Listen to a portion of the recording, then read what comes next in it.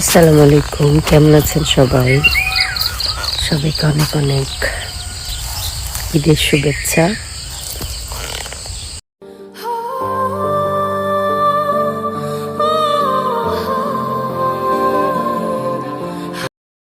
অবশেষে ১১ বছর পর মেয়েকে কাছে পেলেন কণ্ঠশিল্পী সালমা।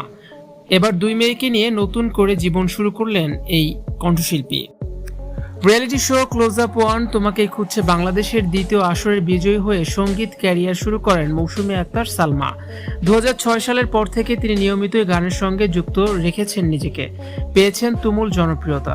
গানের পাশাপাশি ব্যক্তিগত জীবন নিয়ে আলোচনায় উঠে আসলেও নানান চড়াই উতরাই পেরিয়ে এখন নিজের মতো করেই আছেন তিনি।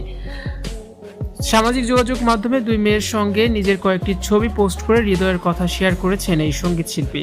জানিয়েছেন ব্যক্তি জীবনে নানান প্রতিকূলতা পেরিয়ে দুই সন্তান নিয়ে এখন অনেক ভালো আছেন তিনি। দুই মেয়ের সঙ্গে ছবি পোস্ট করে সালমা লিখেছেন, আমার দুনিয়াতে আমার সন্তানদের নিয়ে ভালো আছি, আমি মা, এটাই আমার সবচেয়ে বড় পরিচয়। পোস্টে বিশেষভাবে উল্লেখ করেছেন তার বড় মেয়ে স্নেহার কথা, যাকে তিনি নিজের কাছে ফিরে পাওয়াকে জীবনের বড় প্রাপ্তি হিসেবে দেখছেন। তিনি লেখেন, আল্লাহ পাক তার বান্দাকে বেশি দিন কষ্টে রাখেন না। আমার পাহাড় সমান বোঝা নেমে গেছে হৃদয় থেকে, আমার স্নেহা আমার কাছে চলে এসেছে। বাকি জীবন দুই মেয়ের সঙ্গে কাটিয়ে দেবেন সালমা। সালমা বলেন, কাজে মনোযোগ নেই, আমি সন্তানকে পেয়ে সব ভুলে গেছি, বাকি জীবনটা তোমাদের জন্য উৎসর্গ করলাম, আপনারা আমাদের জন্য দোয়া করবেন। ২০১১ সালে সাবেক সংসদ সদস্য শিবলি সাদিকের সঙ্গে পারিবারিকভাবে বিয়ে হয় কণ্ঠশিল্পী সালমার। তাদের সংসারে জন্ম নেয় কন্যা সন্তান স্নেহা। তবে ২০১৬ সালে দাম্পত্য জীবনের ইতি টানেন এই দম্পতি।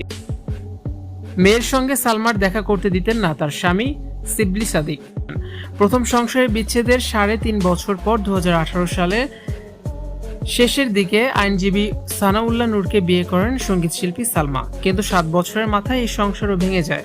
সালমা সানাউল্লাহ দম্পতির সাইফা নামে এক মেয়ে রয়েছে। এখন দুই সংসারের দুই মেয়েকে নিয়ে জীবন কাটাচ্ছেন সঙ্গীতশিল্পী সালমা।